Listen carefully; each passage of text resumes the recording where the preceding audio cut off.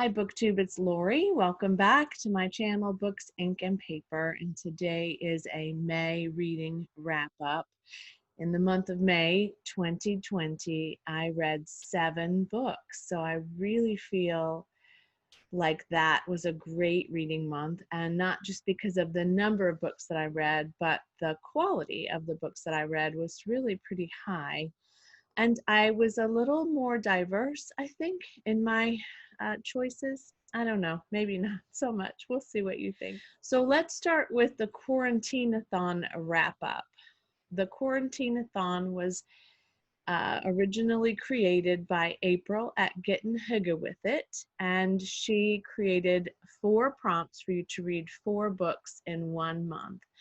And the prompts were to read a book about difficult times, to read a book about people who are highly at risk, read a book about first responders, and to read a book about something that you are missing during this time. So let's talk about that. I didn't necessarily read them in that order, but I did read 4 books, and one of them was not the book I anticipated that I would finish.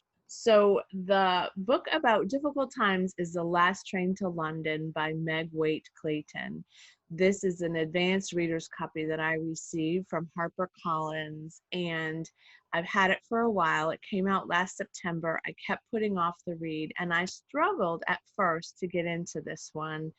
I think the challenge I had at first, I couldn't listen to it at all. For some reason, I just could not. I don't know if it was the narrator or I don't know. They're very short chapters, but in the beginning there's a lot of introducing characters, and there are quite a few of them, and I don't know, it was a little slow. My friend had the same problem. I didn't check in to see if she finished, but once I got about 100 pages in, I was good, and I loved this book.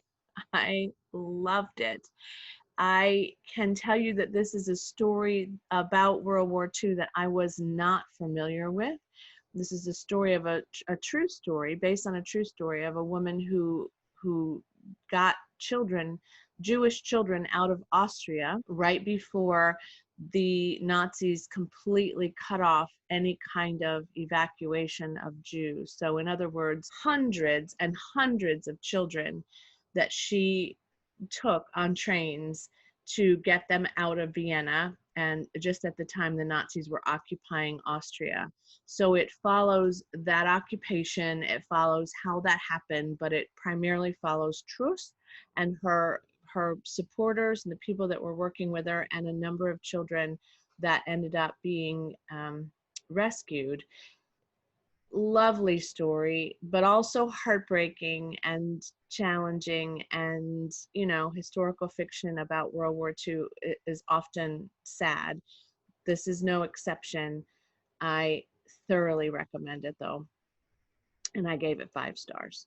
Then I read and finished Every Heart a Doorway by Shauna Maguire. This author is new to me, and she writes some fantasy, magical stories from what I can tell. It's a very short story about some children, and so this followed my prompt to read a book about people who are at risk. And the reason these children are at risk in this particular story is because they have all been through a doorway to another world. They've seen that world, and they really want to go back, and they can't. And so when they return back to their families think something's wrong with them, and they've changed, and they don't know how to deal with it.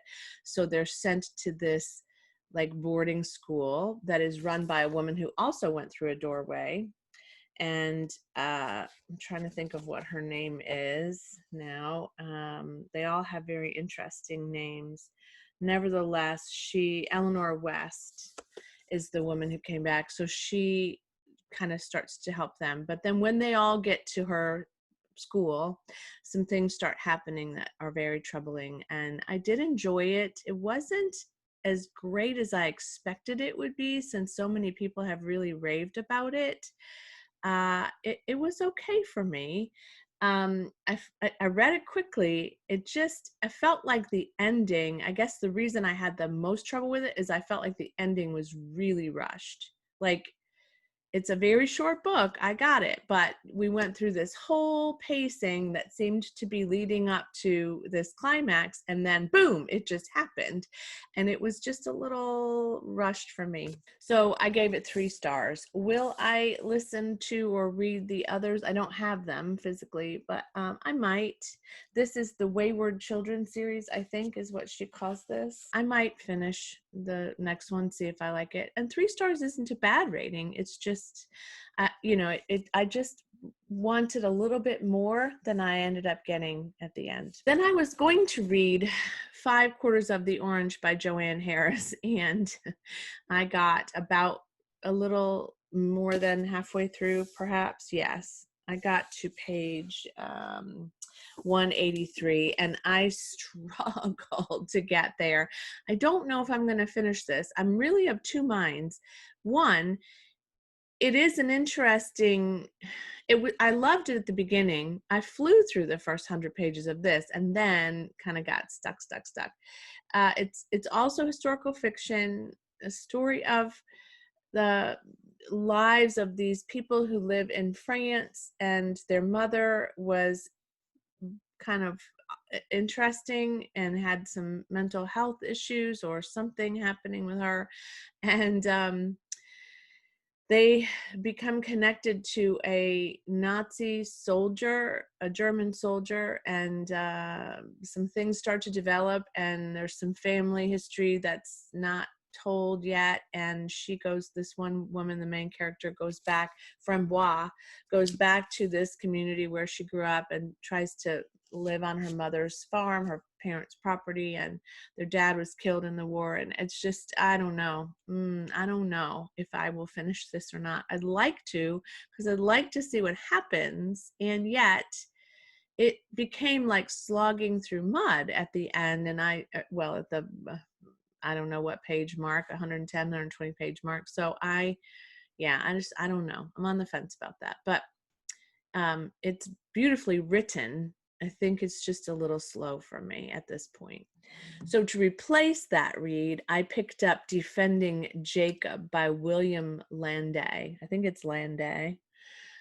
This was recommended by several people. Originally, I saw it at Lindsay's little library recommend it. And then my daughter started reading it because my other daughter and my son were watching Defending Jacob on Apple TV.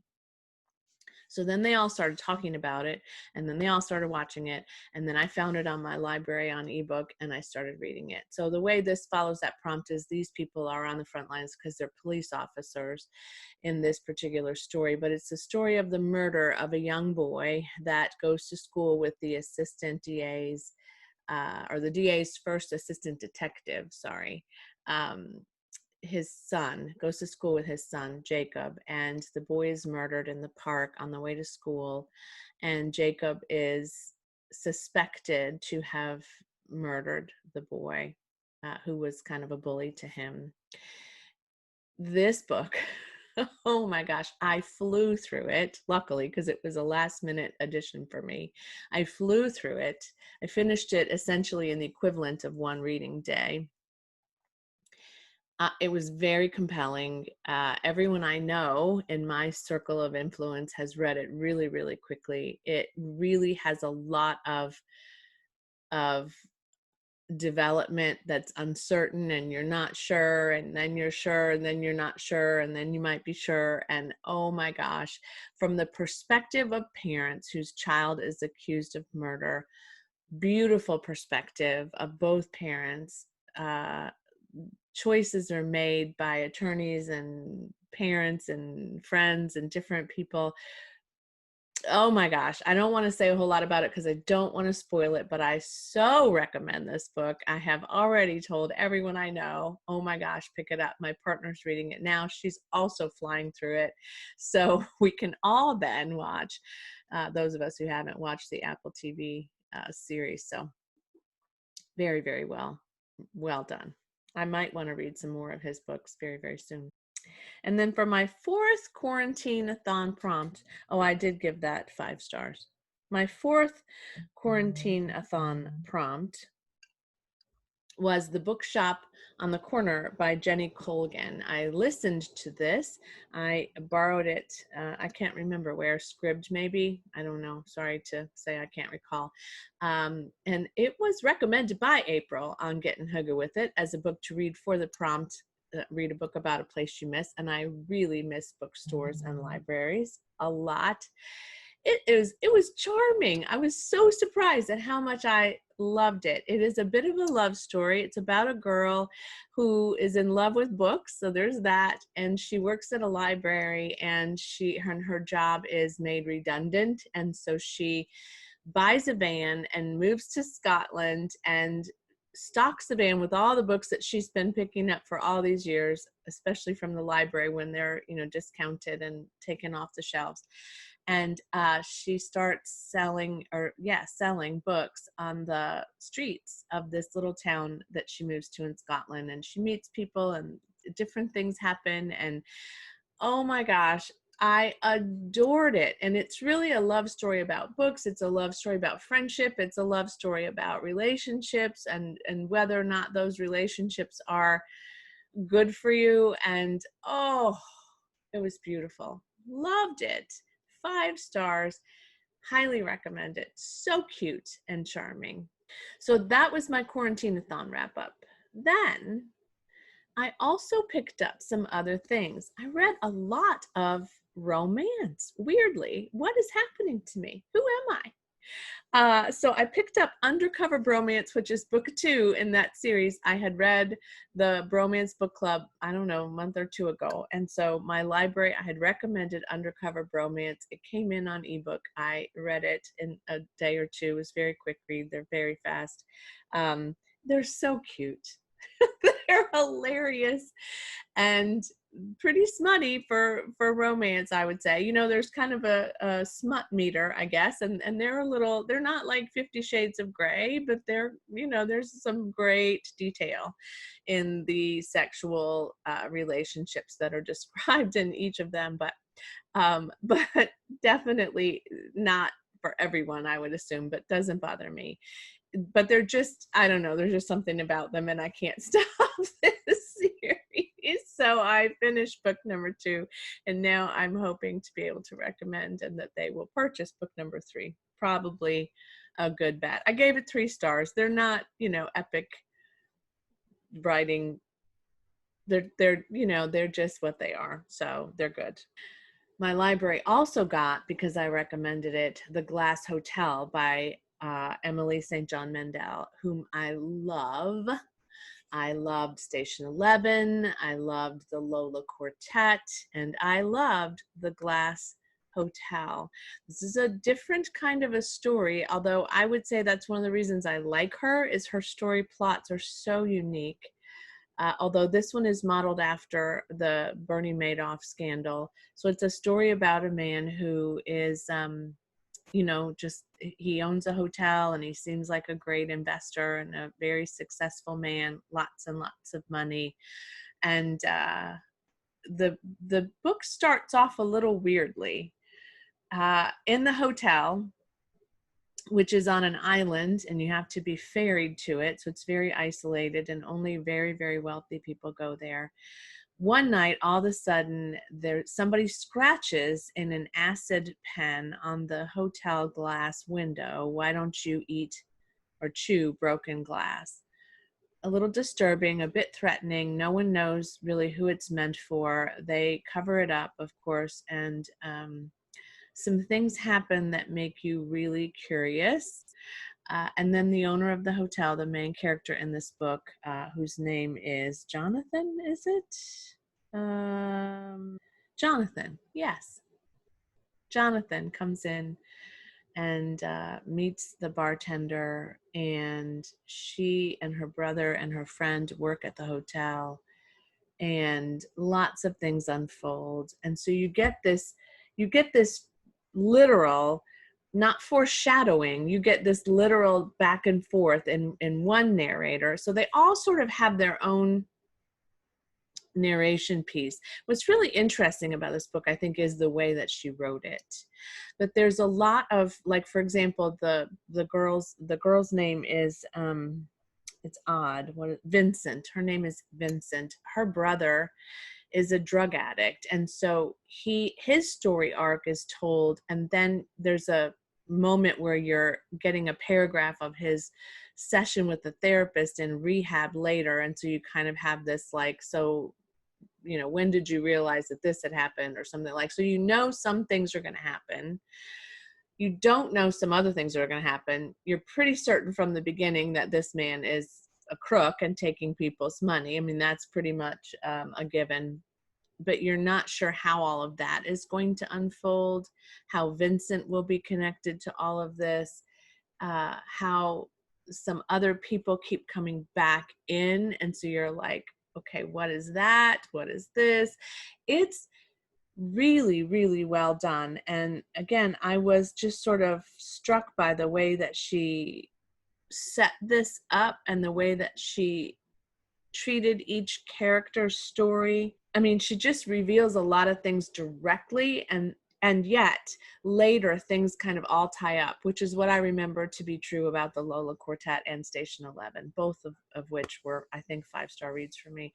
This was also a 5-star read for me. I thoroughly enjoyed it. And the last book I read, I listened to, it was called Love Lettering by Kate Claiborne. This was a last-minute edition.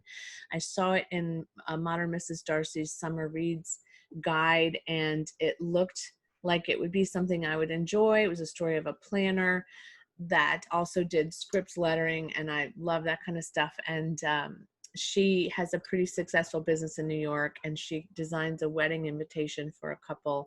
And then later, like a year later, he comes back and says, I know what you did. And she kind of hid some things in the script and in the lettering that made him recognize that she kind of had this, she was sort of foreshadowing what would happen in his relationship.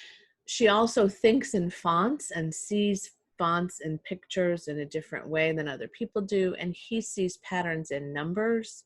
And so that's his work, is he's a mathematician of some sort, but he does project management around analysis of numbers, and they have an unlikely, challenging relationship that develops, and some twists and turns happen for her career, and it just kind of is this ride. Romance for sure, but not in your face romance, I would say. I mean, just a nicely paced, nicely developed relationship of characters, friends, and other relationships that I really liked it. I gave it 4 stars. So that's my 7 books, and the 8th that I didn't finish. I also did not get to, you can still see them stacked up here, Wondersmith or the Downton Abbey book, the nonfiction book, or the Peacock Emporium. I did almost pick up The Giver of Stars because it came in my library too, but I haven't yet, and it's probably not gonna stay there very long because there's a waiting list for The Giver of Stars. But I felt good about what I read, and a lot of it was just mood reading. Beyond the Quarantine-a-thon, I didn't really have a plan except for those behind me, and I didn't pick them up. I just kind of went with the flow of what I was feeling in the moment. And for some reason, I was feeling like reading romance, which again is just not like me. So we'll see what happens in June. I don't have any plans to read a lot of romance in June, but you never know what might come up, right? I'd love to hear what you read in May and how many books you read and what were your favorites. And if you've read any of these, let me know that too. Or if you plan to read them, I'd be curious about which ones. And then later, please come back and tell me how you felt about them. It's always fun to share what we've read and what we're about to read, I think. And I appreciate all your comments very much.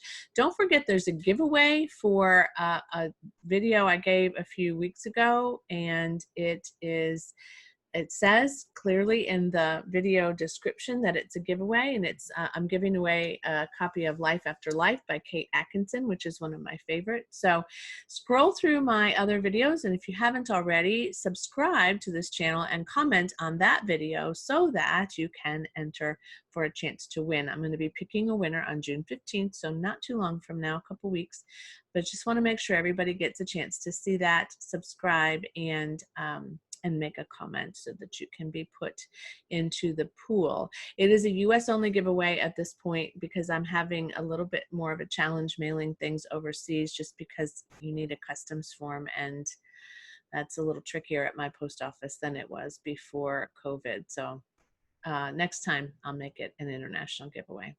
Okay, guys, happy reading. Bye.